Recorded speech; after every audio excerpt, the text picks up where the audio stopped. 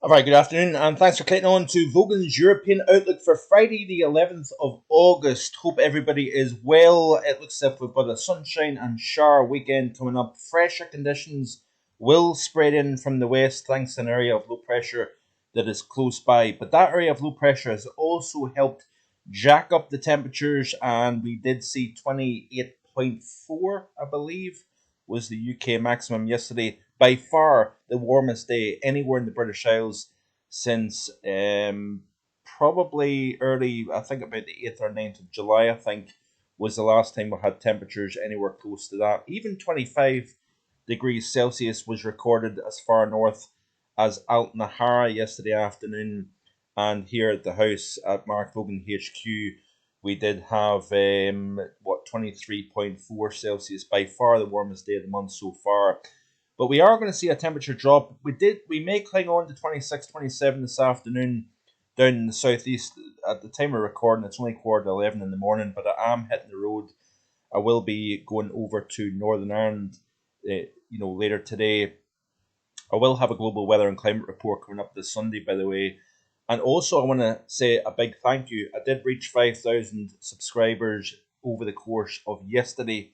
So, a huge thanks to everybody who has hit that big red button. If you haven't already done so, and you like weather, you like meteorology, and a wee bit of climate thrown in there for good measure as well, be sure to subscribe to markloganweather.com. Lots of exciting things to come in the weeks and months ahead as we barrel closer and closer to autumn 2023. We'll be talking about, of course, the autumn pattern, as well as that, the winter season as well coming up. But these were the morning temperatures, a fairly warm morning.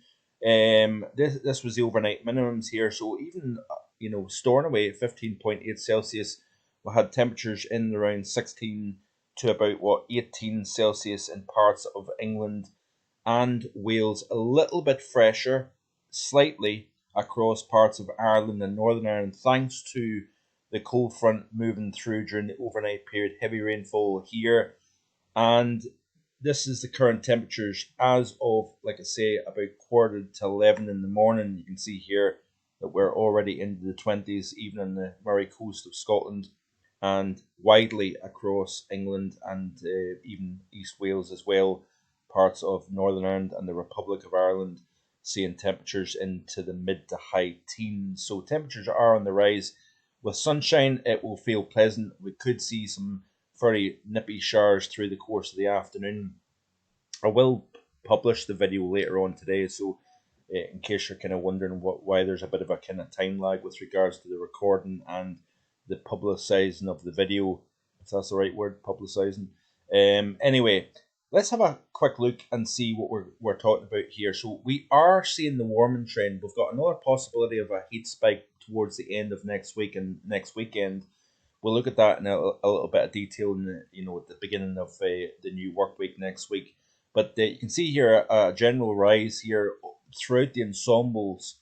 This is the GFS ensemble. You can see here for London, 850 temperatures above average, goes slightly below average through the course of the weekend. Then we'll see a gradual flattening off close to the average, and then it goes above average quite considerably, with a few model members indicating plus 20 Celsius at 850. Now, that 28.4 yesterday, by the way, I reckon anyway, if we had the same air mass as we did yesterday with dry ground, we probably would have exceeded 30 Celsius, no problem yesterday. But of course, with all the rain during the month of July, early August, I think that possibly restricted the level of warming during the course of yesterday. And that may have an impact as we go forward. It looks like we are drying the overall pattern out, but with shower activity, low pressure, high pressure, kind of in that battle now, I think, towards the mid and late portion of August. There's no clear signal of firm high pressure and settled dry conditions, but there's also no clear signal for a low pressure dominated pattern. It becomes a little bit wishy-washy. And with regards to the autumn itself, I think the tropics hold the key with regards to the type of setup that we'll have during the month of September and even into October as well. I think that will be the case. But you can see a very clear signal towards the end of next week.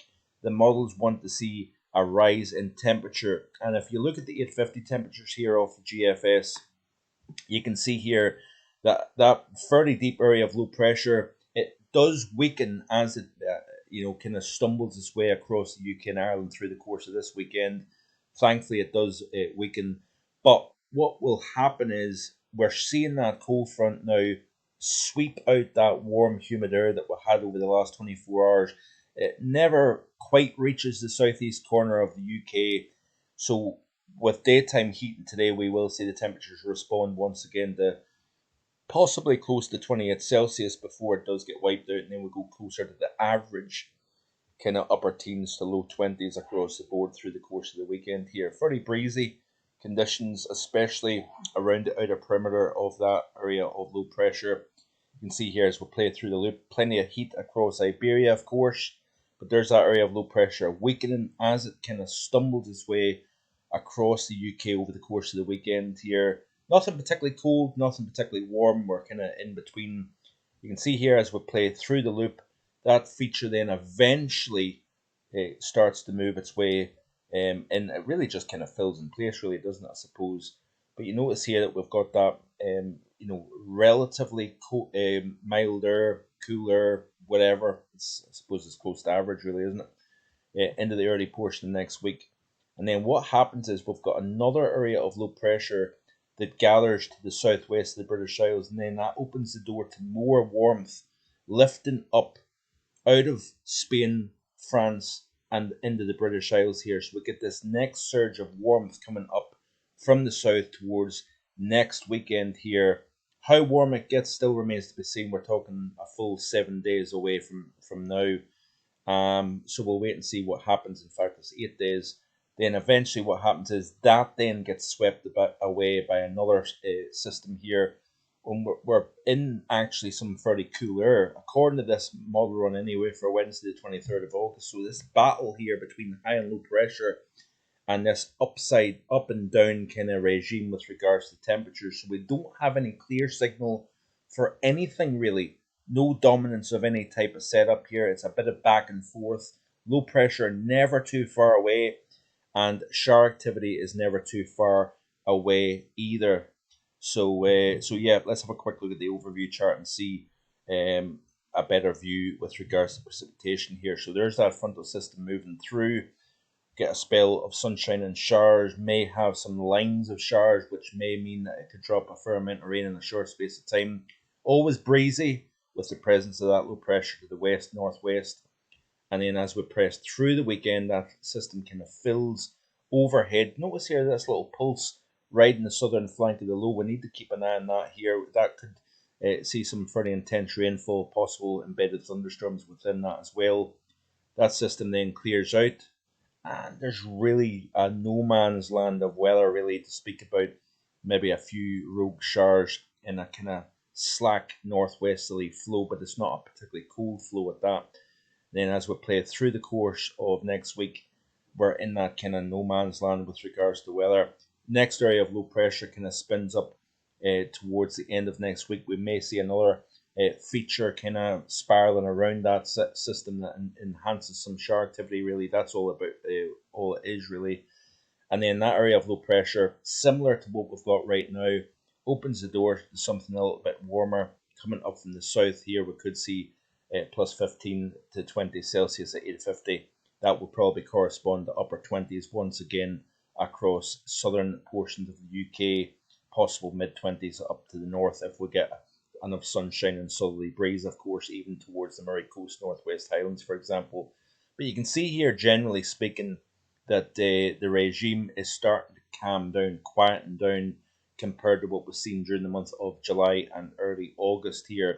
So let's have a quick look at the month of September here, and it looks as if the latest CFSV2 has higher pressure kind of over and just to the west of the UK, a trough over Scandinavia, as you can see here. Precipitation-wise, it's indicating a little bit of wetter than average across the northwest, drier than average across the southeast. Very classic pattern, really, for the time of the year, if you will.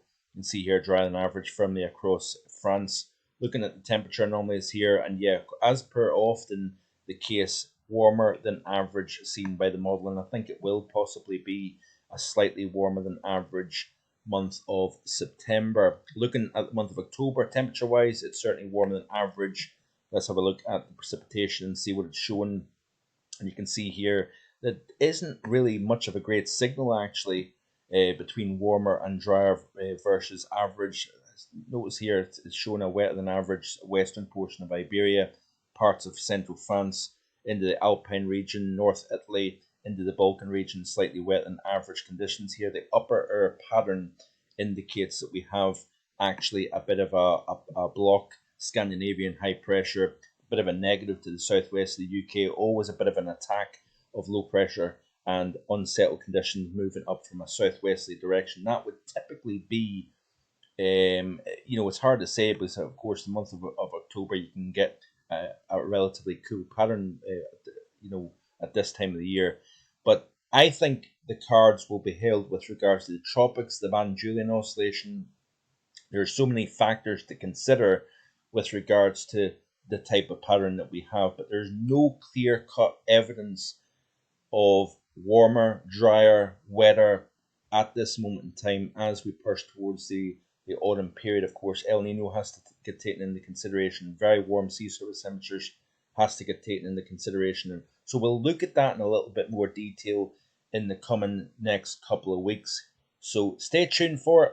I do appreciate you watching. Of course, no video as per usual tomorrow. On Saturday, I tend to take Saturdays off, of course. But I will have a global weather and climate report and maybe something a little bit different on Sunday as well. So stay tuned for that. Enjoy the rest of your Friday, and I'll see you again on Sunday with the next global weather and climate report. Bye for now.